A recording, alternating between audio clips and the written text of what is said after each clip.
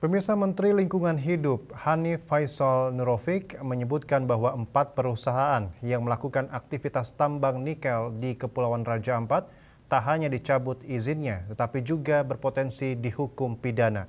Hal tersebut disampaikan Menteri Hanif menyusul adanya temuan kerusakan lingkungan di kawasan Geopark Raja Ampat akibat kegiatan yang dijalankan di luar norma tersebut.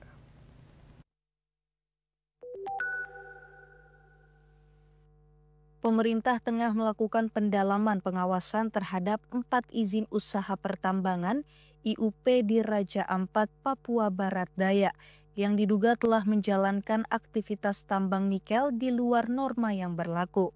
Ditemui usai menghadiri rapat terbatas bersama Presiden Prabowo Subianto di Istana Presiden Selasa 6 Juni. Menteri Lingkungan Hidup Hanif Faisal Nurofik memastikan tindakan tegas bakal diberikan pemerintah tanpa pandang bulu. Menurutnya tak hanya sanksi administrasi dengan pencabutan IUP, namun pelaku kegiatan tambang yang merusak kelestarian lingkungan itu berpotensi dihukum pidana.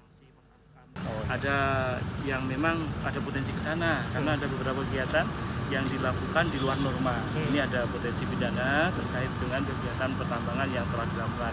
Intinya kegiatan yang telah dilakukan wajib melakukan pemulihan di sana. Tidak berarti dicabut kemudian selesai. Nah, pengawalannya, pemulihannya akan dilakukan oleh Kementerian Lingkungan Hidup bersama teman-teman SDM.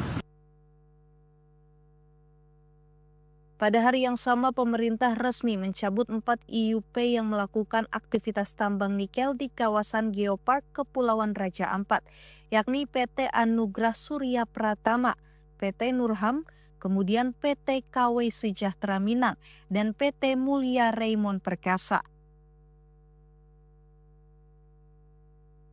Dari Jakarta, Cahya Sari, Pradana Putra Tampi, Kantor Berita Antara mewartakan.